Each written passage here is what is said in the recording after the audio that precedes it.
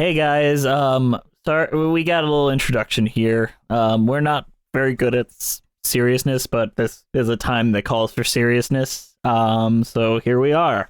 So to start off, I know that it's weird that we're kind of doing an episode during these weird times, but we're going to start this way. Black Lives Matter, and me and Andrew are united with those standing up against police brutality and racial injustice in response to the murders of George Floyd, Ahmaud Arbery, Breonna Taylor, and the many, many, many others who lost their lives at the hand of police in this country. It's a fucking mess out there. I personally have donated as much as I can to as many people, including the Bail Relief Fund, specifically in Detroit and Minneapolis. And we encourage you to do so as well. Racism, hatred, and state-sanctioned murder have no place in a civilized society. Unacceptable and terrible, and nobody cares what we have to say about that, honestly. Please listen to the voices from the Black community. Hear the pain they are feeling and extend empathy and compassion to our listeners who are a part of the communities affected. Our hearts break with you, and we are with you and support you. A lot of folks out there, we know, see us as a form of escapism from this kind of weird time we're living in. As much as we didn't quite feel right posting an episode today, we knew that people use us as an escape from the darkness of the world. So we hope we give you a few laughs here, but don't think that we're looking away from our fellow Americans that are treated as less than human by the most horrible, horrible administration and people and just general humans that are living among us. And one last thing before we start the episode that I just want to throw in. I know sometimes we reference events that are currently happening in our episodes. This episode was recorded 2 weeks ago, so these events were not happening. We are recording this intro after we recorded this episode. So just because we don't mention it in the following episode does not mean that we don't care. It just means that we recorded it prior to the events happening, so keep that in mind. Yes. And finally, before we start, just if you want a way to help, please go to blacklivesmatter.carrd.co. You'll have a list of a bunch of places where you can either sign a petition, text or call, donate, and all that stuff. And if you're not American, you're from Canada, Australia, there's places there where you can help your local people. But just do something. Do something, Thank you. People. Enjoy the episode. Yeah, enjoy the episode. I'm sure you'll get a laugh or two. I think this one's a good one. I don't remember what it was about. It's all right. It's a new brain. It's a new brain. Oh, yeah, this one's got the frog in it. Yeah, you guys will like this one. You guys are going to like this one. Yeah, we'll have fun. All right, guys, thank you so much. Oh my God, what are you doing in here? This is my hotel room. You're not supposed to be here. You're not the one that's supposed to be in my hotel room tonight. But either way, while you're here, I should let you know that today's show is brought to you by our kind donors over at Patreon. Andrew, what's Patreon, and who is donating to us on Patreon? Patreon is where you can donate to us if you'd like to and get access to additional content. We actually have a lot of additional content right now, considering we have a patron-only podcast, Glee with Cheese. Because we are masochists. We hate ourselves. We hate ourselves. Why talk about things that are good when you could talk about things that are horrible? Already, people are pitching us for things to do for when we finish Glee. So don't worry. We're not even more than 4 episodes into Glee right now, and they're already like, this also sucks, watch it. No. They want us to do Crazy Ex-Girlfriend, which is an actually good show. Okay. Or Smash, sure. Which is at least a short show. I don't believe them, but maybe. All right, and our current patrons are, and this is a long list. Terry Needleman, Max Luning, Benjamin Lear, Lily Ackles, Mackenzie Horner, John Donna, Taryn the Duck, The Fantastic Jess Lightning, Ewan Cassidy, Haley McDonald, Tess Gear, Fire September, Mina Maniri, Monica Thoreau, Brent Black, Haley Murray, Allison Wonderland, BOA Flicks, Nathaniel Stacy Coombe, Joseph Evans Green, Luna Rocks 222, Irrigale, Drew A. Whiter, Christine Malmadale, Mezzanine Theater Diary, Mary Lucio Kent, Ann Nunnally, Cole Birchfield, Sam Caulfield, John Vinals, Holy Sticality, Russ Walker, Musical Hell, Julian Bach, Emily Grace, Andrew Van Barson, and Emily Stack. They give us a little extra financial support that helps us keep the lights on here at Musicals with Cheese. If you would like to join them and get all those fun perks that Andrew mentioned earlier, come join us over at Patreon. All right, Andrew, you ready to start this show? I'm ready. I'm ready.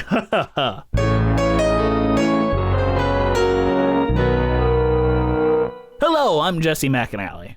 And I'm Andrew DeWolf. And welcome to Musicals with Cheese, the podcast where I try to get Andrew to like musical theater. How are you doing today, Andrew? You look like you're not feeling great. I am currently not feeling great. Did you write a song today, though? Yeah, I'm writing a song about frogs for my friend who is a frog. Oh no, you passed out! Oh no, goodness. Man down! We gotta get him to the hospital! My goodness. Oh, Doctor DeWolf, what's wrong with my friend Andrew here? He's dead.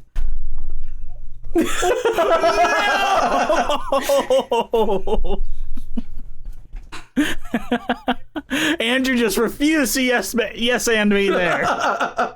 I will not Just killed any improv. I will not write the yes song. Fuck you! This week we're talking about A New Brain. A New Brain. That's not actually a song for this, I don't think, but here we go. Brain dead, that's what I am lying here, I'm brain dead. What a mess I got us into, brain dead. Everybody's setting off alarms. Baby, maybe lift my head up, I see. I just pulled a doozy, don't ask why me.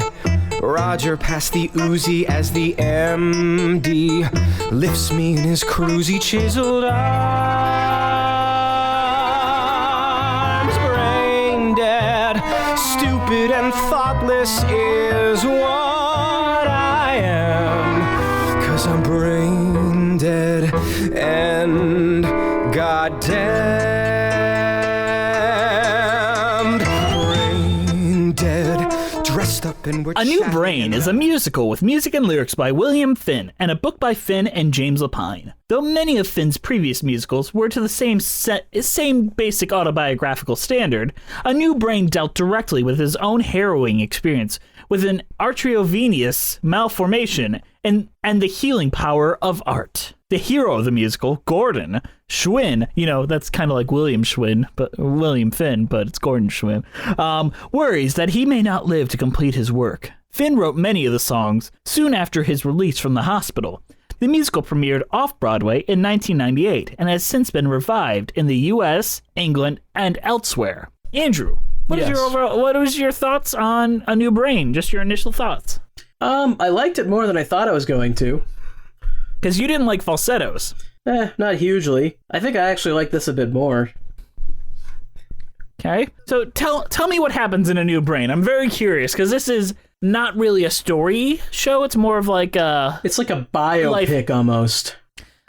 Yeah, but it kind of... But not really. Stylized. It's very stylized, very weird. It feels like an experimental show mixed with a review, mixed with like classic musical theater. So what happens in the show, Andrew? The author insert character gets a... Gordon. He's writing for a children's show, and the guy who makes the children's show is kind of crazy. And he's probably the best part of the whole thing, but I guess we'll get to that. And Gordon gets a brain tumor, and they have to operate and get rid of it. And he's all worried that he's not gonna be able to make art anymore. And then everybody in his life worries about him, and then he wakes up. Mm-hmm. And there's also like a homeless woman or something, but I don't really understand that part. It's just a homeless woman that wants change in the world. Yeah. In two ways. Change is in like change in your pocket, and change is in change in the world, like Barack Obama brought on. Yeah, like Barack Obama promised to bring on. Mm-hmm. Now, we're covering this in June because all through the month of June, we're going to be doing June. June is busted out all over, and we're gonna be doing Pride Month. Basically, every musical we're gonna cover is either gonna be about LGBT characters or written by an LGBT author, and we're gonna do a lot of fun things. So, this week we're talking about A New Brain, and our lead character, since William Finn is a homosexual man, is also homosexual himself. And this is one of those great musicals where it's not a big deal. It's not like the story is about him being gay, kind of not unlike fun falsettos, where it's kind of like it's that in incidental Fun Home as well. It's very incidental. Yeah, it just reflects the life that William Finn was living, and he could only write what he was living through, basically. Yeah.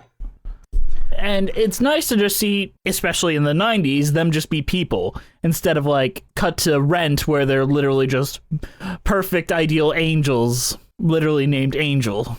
Yeah. I feel like this is honestly much better representation than anything in Rent, because, like, yeah, if you want just they exist and they're not evil, I guess Rent is the one for you. But if you want, like, hey, they're actually people, this is much better. But how does it rank like compared to falsettos, where they're also just people? It's honestly, it's about the same. I like that this one, he didn't have AIDS. I understand. Fair. I understand that is a big issue, and obviously there has to be some shows about that. But like, when every show is about gay people is about them having AIDS, it's almost like it becomes almost a parody of itself. It's like, I mean, at the time, maybe not, but I get what you're saying. Like, because at a certain point, that was just all gay people had AIDS in media. For a long, it's like, okay, this is a show about a gay person. Let me guess, they have AIDS. It's like, you know, at least this one, it's not that. It's not that. It's a brain tumor. Although they do have a reference to it, which I think is actually kind of funny. The doctors are like, "Is it HIV?" I mean, that would be the question? It like, would. Is that it makes sense? And I like her because basically he passes out while he's with his agent, and she's the one that takes him to the hospital, and she's like getting asked all these questions. She's like, "I don't know. I don't know him. I like that. Like," and they're like, "Is he HIV?" And she's like, "I don't know for sure, but I don't think so." Yeah.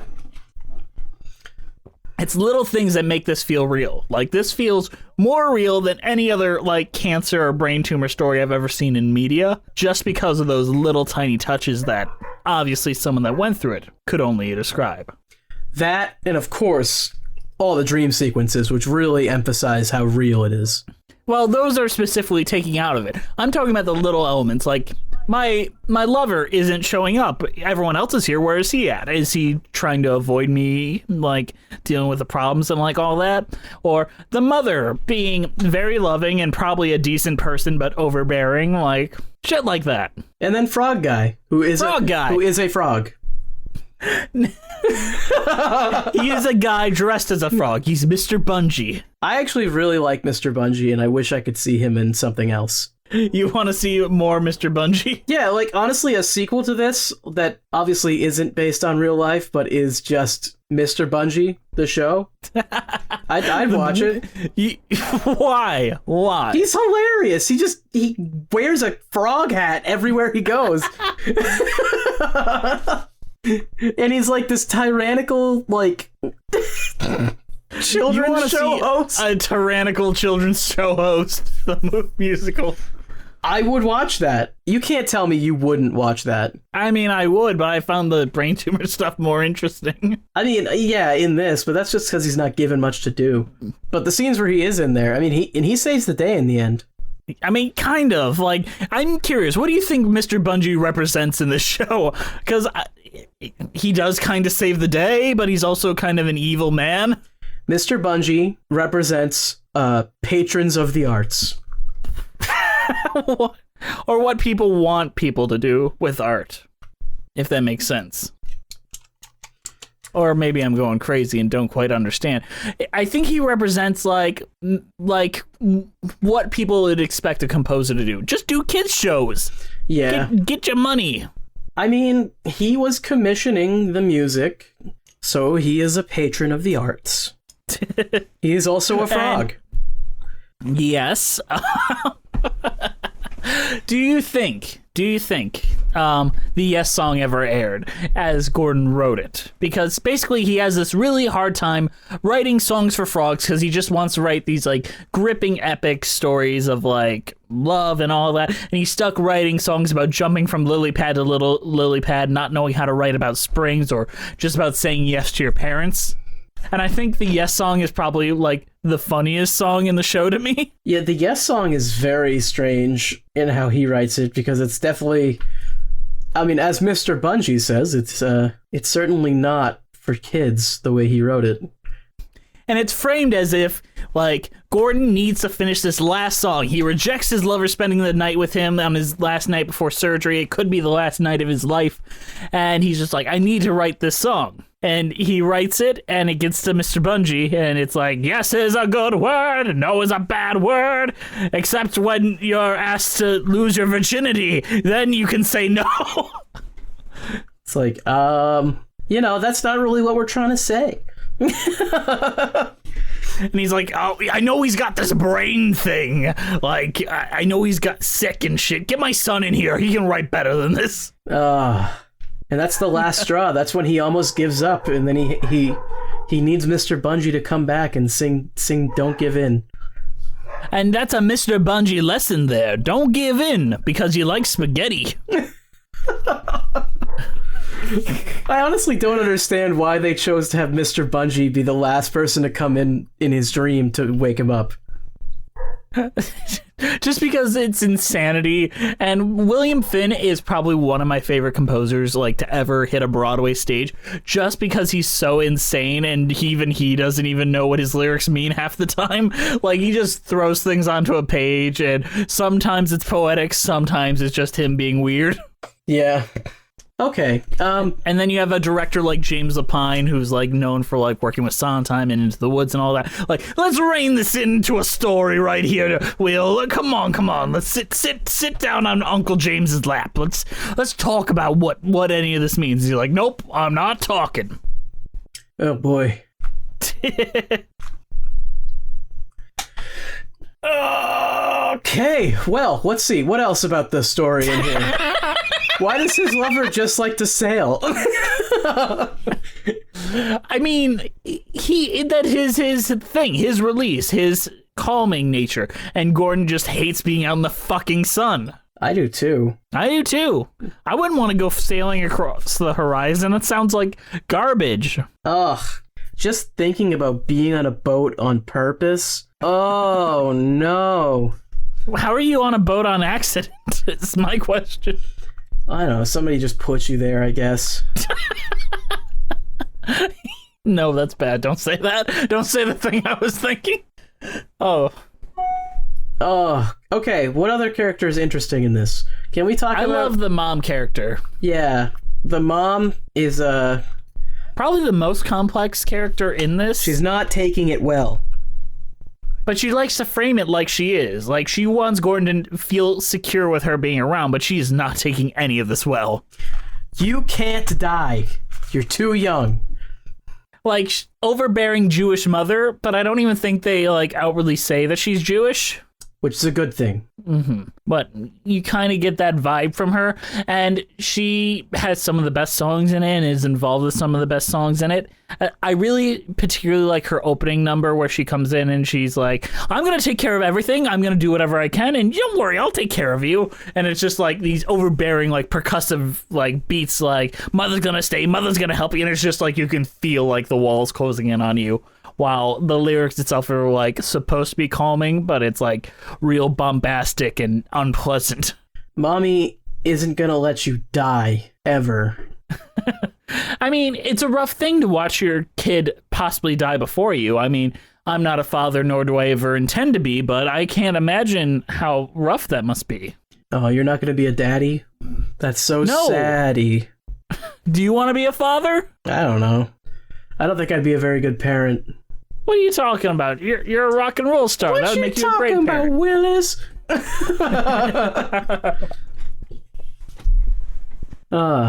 Okay. What was your...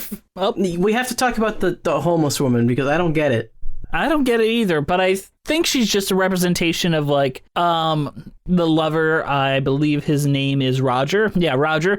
His concerns and fears about the world and, like, all that. And she's like, you know what? Things are going to be fine, and no matter what. And he's like, how do you know? Like, here's money. Please just take my money so I can help you. So I can help something, so I can have control over something. And she's like, this is too much for me to handle.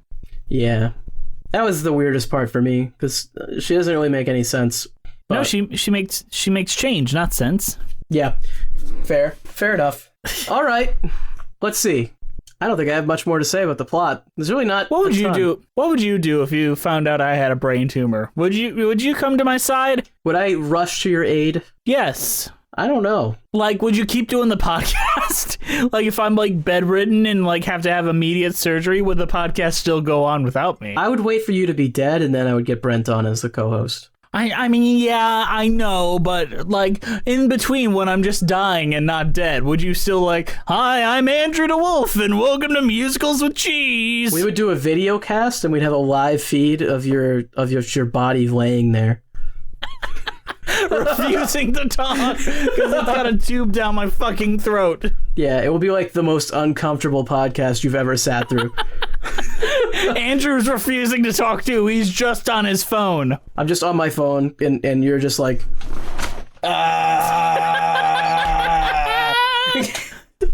Please turn it off. Unplug me, goddammit. If you unplug yourself, you unplug the world. Yeah, that's kind of the point, isn't it? It's true. Isn't that Dave Malloy's point with Octet? Like, yeah, just unplug yourself. Honestly, I don't understand what his point with Octet was, and I think he had like 8 different points, so... Don't worry, guys, you all made it clear. I didn't understand what the point was. Don't worry, none of us understand what the point was. Apparently we didn't read tarot cards, apparently. Yeah, I didn't read the tarot cards. I don't know what the hanging man is. I don't know what it means. All right, Andrew. Out of all these characters, who do you sympathize with the most? And you can't say Mr. Bungie. Why not? Because I told you so. I'm limiting you. Fine, the minister. Oh, really? No, probably Gordon. Not the nurse that's poor, unsuccessful, and fat? I am those things for the most part. I related to that character so much. I was like, oh man, me too. I am that for the most part, but I feel like it's better to relate to what you want to be versus what you are. What do you want to be? Dying. Dying of a brain tumor.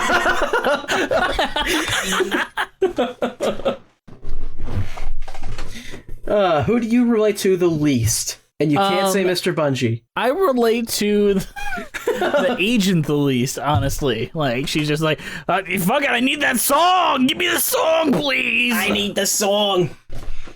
Yeah. And I'm like, bitch, you're in a hospital You're in room, a hotel, bodable. You're in a hospital. I've been up since 4 a.m. today. I apologize if I'm a little more stumbly with my wumblies. I think we gotta go to a mid show. No, I actively refuse. Why? Because I want to know more about what you think of that agent character. Why do you need to know more about the agent character? The agent character. Why is she there? I think is more my question. She baffles me more as her presence more than the homeless woman, honestly. And especially in the Encore's production where they kind of cut some of her big moments, because right after the Brain Dead song, she had a basically puppeteer scene that's right out of Chicago, where she sings a song about Whenever I Dream, which is kind of like Gordon reflecting his own insecurities. Why is she there, like, in the more recent productions at Encores if you're not going to do anything with her? She just kind of sits around, bitches, and then leaves. Whereas I think that a character not directly connected to Gordon, like familial-wise, is important. They just don't do anything with her, aside from that opening scene where she's, like, not knowing how to get in touch with people. After that, she's there. Well, I think they could have just combined her and Mr. Bungie into one character and call him Mr. Bungie. You could have combined Obi-Wan Kenobi and Qui-Gon Jinn and call it one character, Obi-Wan Kenobi. Motherfucker, I know where you're stealing this shit from. I know that you know where I'm stealing it from, too.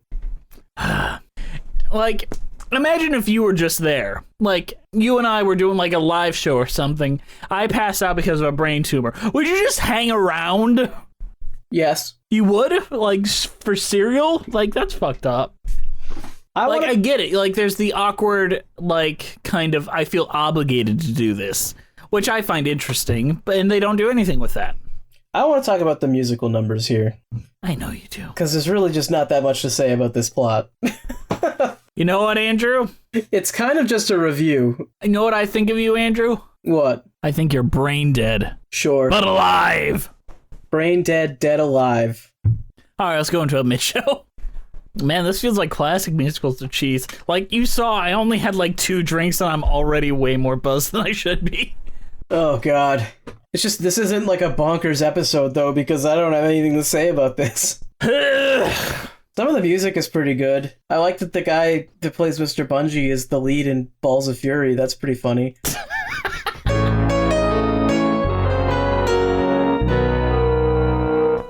Hey guys, sorry to interrupt you in the middle of the show, but I've got to shill at you. We got Patreon, and there's a lot of people that give us money on Patreon, and I'm about to read their names. He's gonna read it. Our current patrons are Terry Needleman, Max Lunig, Benjamin Lear, Lily Ackles, John Donna, Taryn the Duck, The Fantastic, Jess Lightning, Ewan Cassidy, Haley McDonald, Teskier, Fire of September, Mina Maniri, Monica Thoreau, Brental Black, Haley Murray, Allison Wonderland, B-Way Flicks, Nathaniel Stacy Coombe, Joseph Evans Green, Luna Rocks, 222, Uragel Drouet Whiter, Carrie Ahern, Christine Malmadel, Mezzanine Theater Diary, Mary Lou Choquette, Ann Nunnally, Cole Birchfield, Sam Caulfield, John Vanels, Hollyistically, Russ Walker, Musical Hell, Julian Bach, Emily Grace, Andrew Van Barson, Emily Stack. All right, that's everyone. They give us a little financial support that helps us keep the lights on here at Musicals with Cheese. If you'd like to support us, just like the motherfuckers, just come on over. We got a Glee podcast where we watch every episode of Glee. Come on, it'd be great. It'd be great. All right, that's enough of that. Let's get back to the show. But you gotta have heart and music, heart and music, heart and music to survive. You gotta have heart and music, heart and music, heart and music keep us all alive.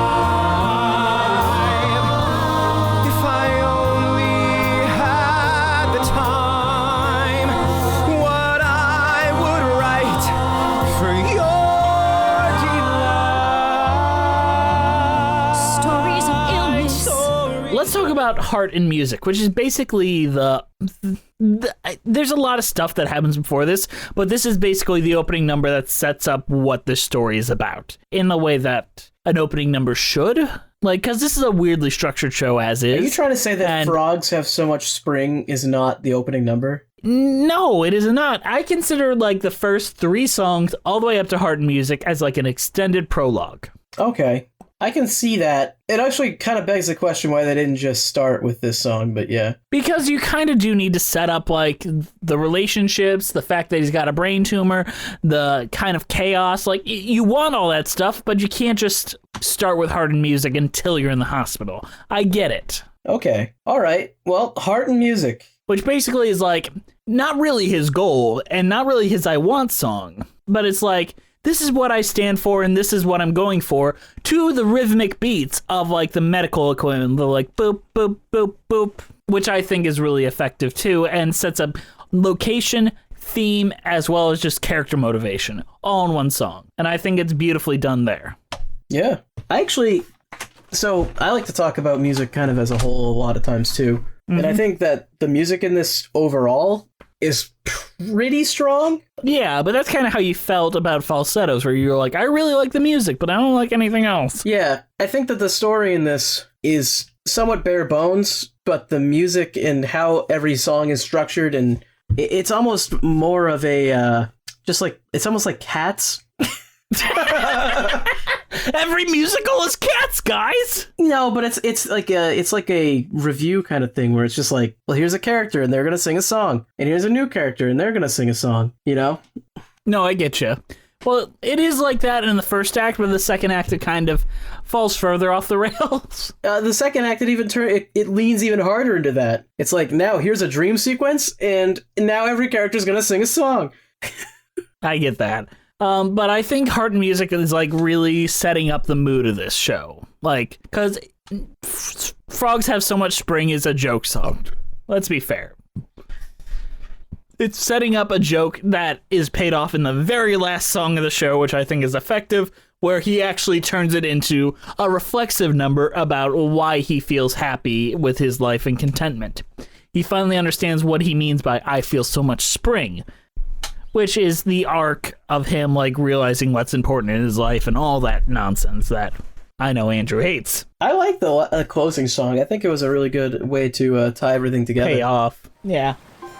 And I think Hard Music, while not the most memorable song, is effective as an opening number, so to say. I'd rather be sailing, yes I would, on an open sea. I'd stand at the railing if I could, feeling wild and free.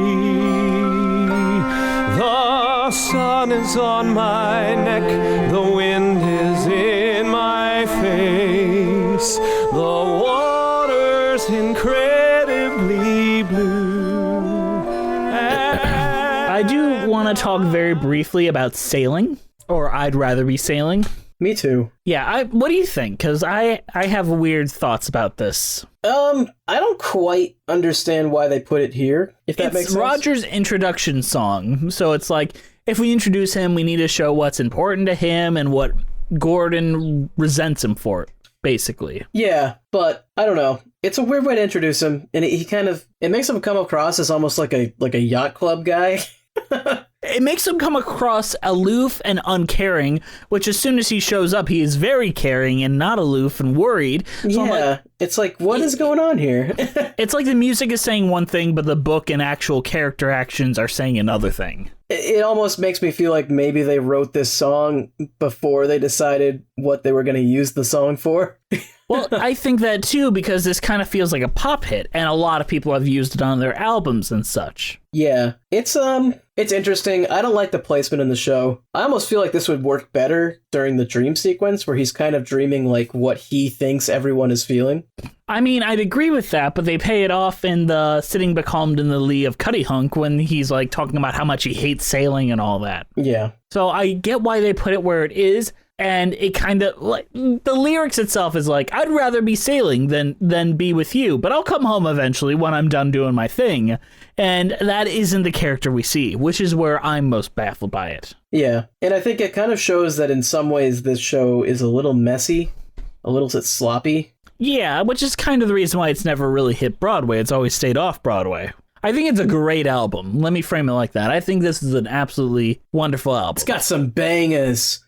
It does. And speaking of bangers, I want to talk about literally one of my favorite songs in musical theater next.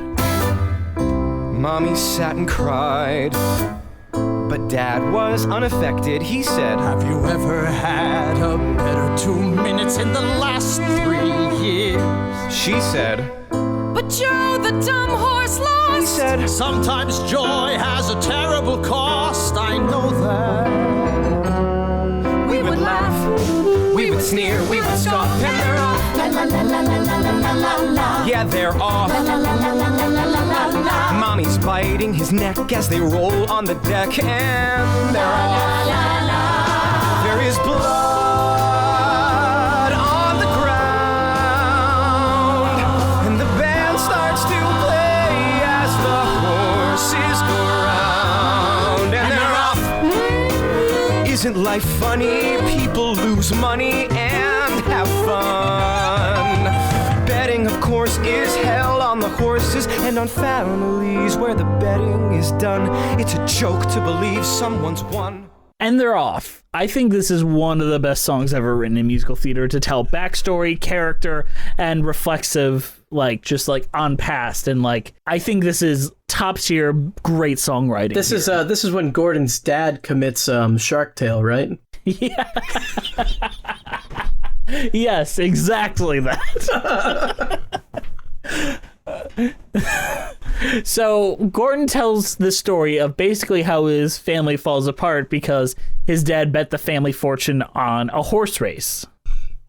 Which is so exceptionally dumb. Yes, and this show is quick to frame it that way. I don't understand why anyone would bet anything on a horse race, let I don't alone... see why anyone would go to a horse race. I live in Saratoga Springs, and I have never been to a horse race. What? Are you even, like, a New Yorker? I mean, I don't know if New Yorkers like horse racing, but it is kind of a Saratoga thing. But most of the people I know that live here don't like horse racing. It's all just rich tourists. Which makes sense, but here it's like you see a guy that's got trouble with gambling and watching his marriage crumble apart, and like the specific things that you remember as a kid. Like, mom would bite his neck as they roll on the deck, there's blood on the ground. Like, just shit you would see and interpret one way as a kid and then look back as an adult like, oh, that was fucked up. No, that's weird. Yeah. I think kids are kind of programmed to almost accept everything that they see as just like, yeah, this is normal. And then eventually you look back and you're like, oh, right. Mm-hmm.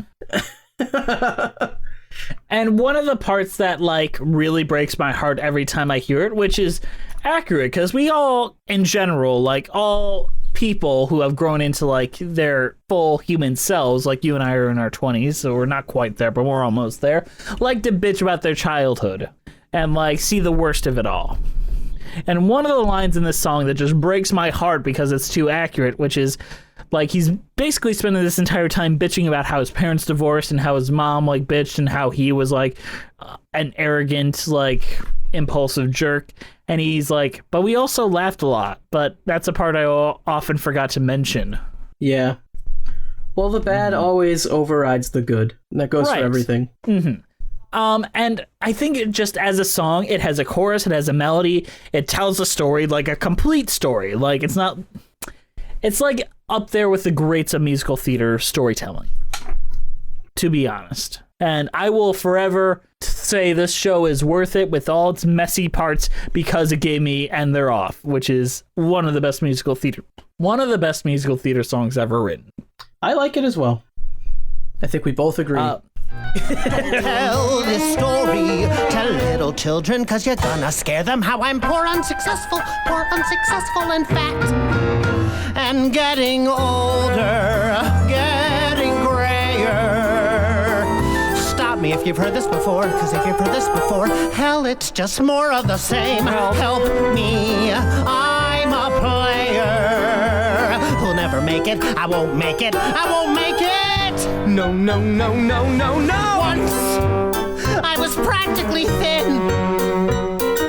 Now I can eat like I'm a 10. Soon you'll be back home, a success in training. I'll be here complaining that I'm poor, unsuccessful, and fat. And getting older. I am not successful. I am not so damn successful. I'm getting older. I am not successful. I am not so damn successful. You were not successful. I am not successful. Too old to be a failure. I'm too old to be a failure. Your future's looking cloudy. My future's looking cloudy. And your sister is a whore. My sister's a receptionist.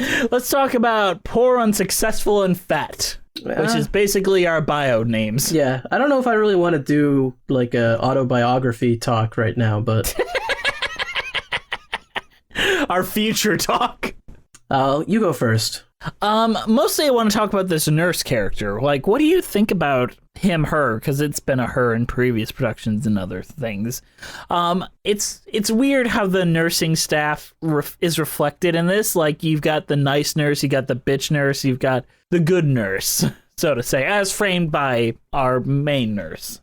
Yeah, I don't know. It's odd that you have like these one-off characters like this.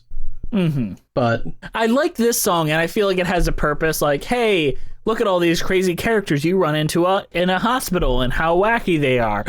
But when he comes back later and it's like, oh, you guys are going to get me in so much trouble because I can't give you a sponge bath. Like, okay, yeah, you're overstaying your welcome. Get out of here, Skimble Shanks. Skimble Shanks is perfect. Don't you dare shit on Skimble Shanks. I don't know. I can see why they did it because they needed to fill some time. But this isn't even that long a show. It's like an hour and 36 minutes. Exactly. That's why they needed to fill some time. They had to get it to that length so they could get people to pay for it. But I feel that because I feel like that's also Gordon's like fear is like becoming poor and successful and fat. He's kind of staring into the future if he's not great. If he's not great, he's gonna be a nurse. What a controversial thing to say in these times, Jess. I'm not saying that, but it's the way the musical is framing it. I mean, I think everyone's fear, to some extent, is being poor, unsuccessful, and fat. And it might be an irrational fear, but I think it's a fear that society imbues onto all of us. Growing up, I think pretty much all media has always portrayed the worst qualities you can be is poor, unsuccessful, and fat. Yes, but the nurse is singing it as if it's framing it like you've got a good life and I'm a nurse. And I feel like that's William Finn's like interpretation of nurses and the way he was treated in that hospital. I'm not gonna lie. Is that a bad thing? Should he not have done that? I don't know. It's just questions I'm asking here. I feel like, yeah, you shouldn't have done that. That's rude. Nurses don't deserve that kind of treatment. Yeah, but he had a brain tumor, so. It's true. He probably misremembered all of it. Right, like all this is a fucking mess. The nurse was probably rich, successful, and thin. Which are all the best things you can be. Thanks, society. How about I rephrase this song a little bit? Sure. All right. I'm gonna call this humble, yep, modest, yep, and thick. With 2 C's? Yes, with 2 C's. Because then she's a snack. She's a snack that gives her money away. Or he's a snack. He's a snack. Y'all are missing out on the dance Andrew just did. Because I don't think you guys realize that Andrew is altogether humble. Yes. Modest. Yes. And thick with 2 C's. Snack. Because Andrew is a snickety snack. With 2 C's. Yes, I'll be fearless. Yes, I'll be honest. Live with emotion. Yes, I have courage. Yes, I will survive. Yes is the word that opens the door to being most alive. Yes, there's joy. Yes, there's love. Yes, there's zing. Yes, I absolutely have to sing. Yes, yes, yes is a good word. Yes, yes, yes is a very special word. Except when a stranger says, "Get into my car," say no! No! Or when someone says, "Would you like to lose your virginity?" Someone with whom you have no affinity, say no, no, no, no, no, no, no, no, no, no. Let's talk about the Yes song. This is the song that this is his final work in life that he decides is the greatest thing he's ever written. Well, he tries to make it the greatest thing he's ever written. So he's like, all right, I'm writing for this kid's show, so I'm going to do it as best as I can. And he fucks it all up. That's what happens when you have a brain tumor. I actually kind of like the song, though, like, as a song. I think it's decent. It gets stuck in my head a lot. I think Mr. Bungie was probably right not to want to use it on his kid's show, though. Why, though? Because it was inappropriate for kids. What do you mean? It wasn't appropriate for kids. He reads the lyrics and they're not appropriate. And Mr. Bungie is dressed as a frog, so I trust him. I don't... I think you're just being a fucking hater. Mr. Bungie is the lead role from Balls of Fury. In the Encore's production, yes, he was played by the gentleman from Balls of Fury. He was also in the Fantastic Beasts movie. True. He seems to not have been in any good movies so far. But I think even as is, like, the song itself has some funny lyrics, like, or when a stranger says, "Get into my car," say no. Or when someone says, "Would you like to lose your virginity?" Someone with whom you have no affinity. I think that's funny. I think that's fucking hilarious. It's funny. But it's not appropriate for a kid's show, so it's obviously a bad song. I mean, do you believe that yes is the best word to use in any kind of situation? Yes. Is yes a good word and is no a bad word? Yes. Do you love Adolf Hitler? Yes. Wait. I got you, motherfucker! Uh-oh. Looks like somebody hasn't been listening to Mr. Bungie. When you wanna quit 'cause nothing works, don't give in. Quitting is the specialty of jerks, don't give in. Simply keep your focus on what lies ahead. Don't play games, don't play dead. Begin. Those who are marking time, wake up. Life is a cause that you have to take up. Don't give in. Don't give in. I love Don't Give In. It's so stupid. I love it so much. I feel like this, the show was kind of losing me a little bit until this song happened, and then I was like, oh, okay. Like, Mr. Bungie has not showed up again since the Yes song, and he's just like, hey, little tadpoles, I feel like y'all are, like, getting real sad.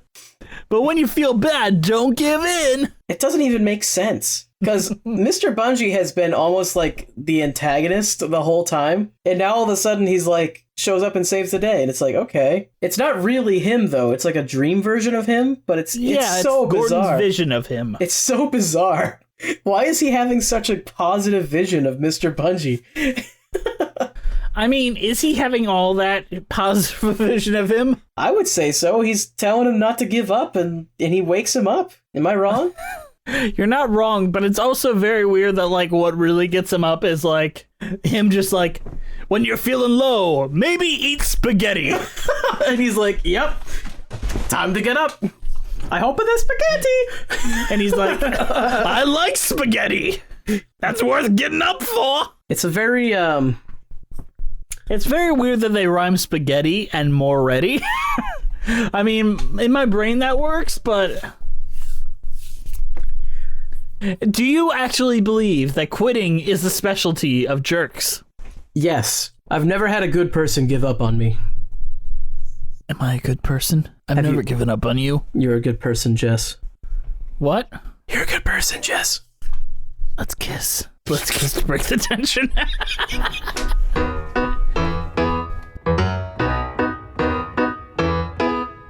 Frogs have so much spring within them. Jump, frog, jump. Jump so high you split your tights. No. You know, that's not your mission. That was awful.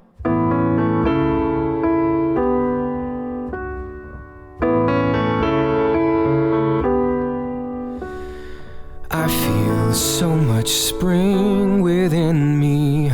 Blow winds blow, spring has just begun, and something's taking wing within me.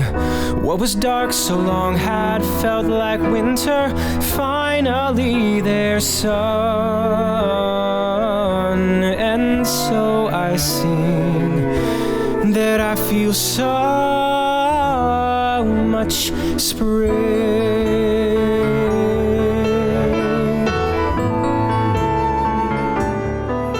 Can we talk about I Feel So Much Spring at the very end?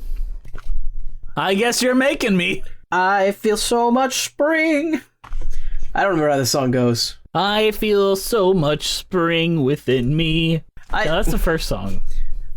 I like that it transitions from him writing the frog song into his own song. And then it becomes like the homeless woman starts singing it and gets it really soulful and makes it really nice. And then everybody's in there and the full band in the back and it gets big. It's a nice song at the end. It's a good way to end it. Yeah, it is. It makes you feel whole, and he finally understands what the songs he was writing means instead of just writing a song for song's sake. Like, that was the most important lesson that Gordon really had to learn was, yes, this is a show about someone not understanding why he's writing music and, like, the reason why he's in such a block is because he can't emotionally connect. And he finally learns to emotionally connect to that first song that he was having such fucking difficulty with.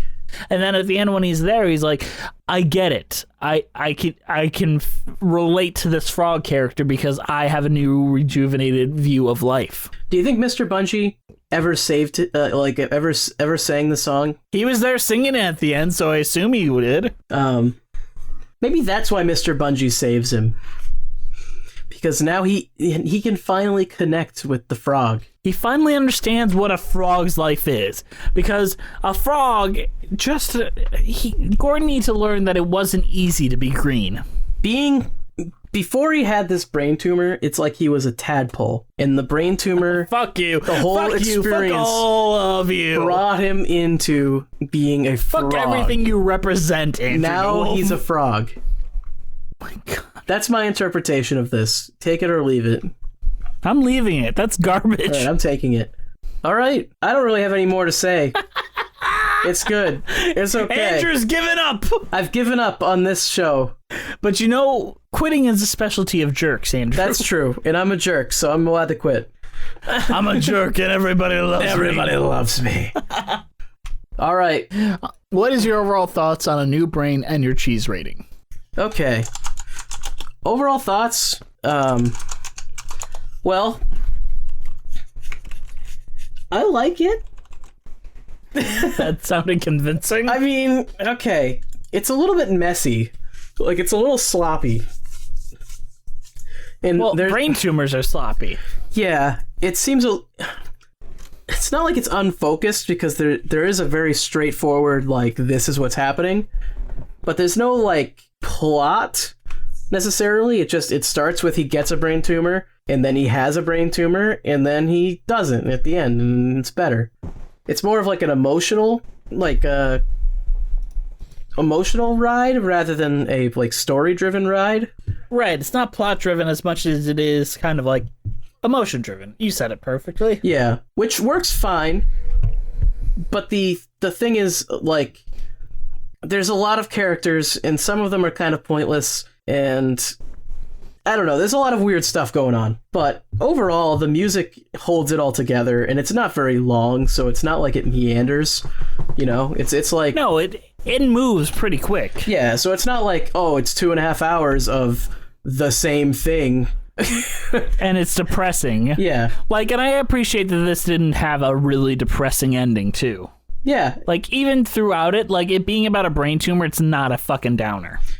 Well, yeah, and he gets better at the end. And, like, obviously not every story can end that way, but it's nice to see at least sometimes these things have a happy work ending. out. You know? And so I kind of... Wizard doesn't die of AIDS at every musical. Yeah, Wizard is still alive at the end of this musical. Yeah, as far as a cheese rating goes, I'm going to give it frog cheese. That's not a thing. Which, according to Merriam-Webster, is a young puffball, and I have no idea what that is. All right, then. I think A New Brain is great as an album. I'm not sure it works 100% effectively as a full stage production, which is why I think most of the stage productions have been very limited, and I think it really relies on how good your cast is. Like, the Asian character, I think her name is Rhoda, she just becomes a fly in the wall at a certain point. No frog pun intended, but... she is not very useful after that opening scene. And I kind of feel bad because I often like the actresses that portray it, especially in the Encores version where they cut out like her Whenever I Dream moment where she's like really like, whenever I dream, pornographically explicit. And it's like a real nice patter song where she's a puppet and she gets to perform and be a little goofy, but they cut that out and I don't like that. And if you want to see the best version, Emily Clark has a really good one on her Instagram, so check that one out. But either way, I think the song-wise, like, this has some of the greatest songs in, like, William Finn's library, so it's hard for me to be, like, really unbiased about how much I enjoy that. So overall, I'm going to give this a Danish white cheese, which is a very famous spring cheese, because I feel so much spring within me. Jump, frog, jump. Andrew, do you have anything left to say before we wrap this on up? Not really. I hope I don't get a brain tumor. Hello, Andrew. I am your fantasy frog man. I am the representation of your brain tumor. Oh my god. What are you gonna do, Andrew? What are you gonna do? Oh, my brain tumor situation's gotten a lot worse. Oh my goodness. Oh my God, we're gonna have to do surgery on your brain. Oh my goodness, Frogman, please help me. I'm putting you under. I'm your doctor now. I'm putting you under. Oh, Frogman, please don't do that. Please, no. I'll help you under. It's operating on your brain. Oh, your brain needs lots of operating. Oh, please. Oh. What's happening? I think I snipped your frontal cortex. Your brain dead. Ribbit. Oh, wait, I repaired it. You're all good. You're all fixed. Your brain tumor's removed. Ribbit. Do you know who definitely doesn't ribbit? Our patrons? Yes, our wonderful patrons. Thank you guys for listening. Please follow us on iTunes, Spotify, Stitcher at Musicals with Cheese. If you could leave us a review there, we would think it would just be darling if you could leave us a review on iTunes, Spotify, and Stitcher. Our Twitter is at Cheesy Musicals. Our Patreon is Musicals with Cheese. Our Instagram is Musicals with Cheese. Our YouTube page is Musicals with Cheese. We have a patron-only podcast where we review every episode of Glee once a week, and that is called Glee with Cheese, and you have to be a $5 patron to go check that out. Are you really missing out? There's a ton of FOMO. Andrew hates Glee so much, and it's kind of funny to watch him get angry. Our email is musicaltheaterlives@gmail.com. Our title card was created by the amazing Jolene Casco. Go send her love on Instagram. Jolene. At Jolene Casco. Andrew, is there anything else you have to say before we wrap this all up? Happy Pride Month. Happy Pride Month. We got a lot more to come this month. I think there's going to be some fun things and some surprises that you're not going to expect. I can't wait to watch Dracula. Maybe Andrew and I could make out. Maybe that's a thing that's going to happen for our Patreon. Or maybe for our OnlyFans. Like, you get the full sex tape between me and Andrew. OnlyFans. Gotta follow us on OnlyFans. Follow us on OnlyFans at Musicals with Cheese. Imagine if we had an OnlyFans and we just post like cheese porn. Dude, that's like disgusting. What? No. You're just sex shaming me. All right, we'll see you next time on Musicals with Cheese. Bye.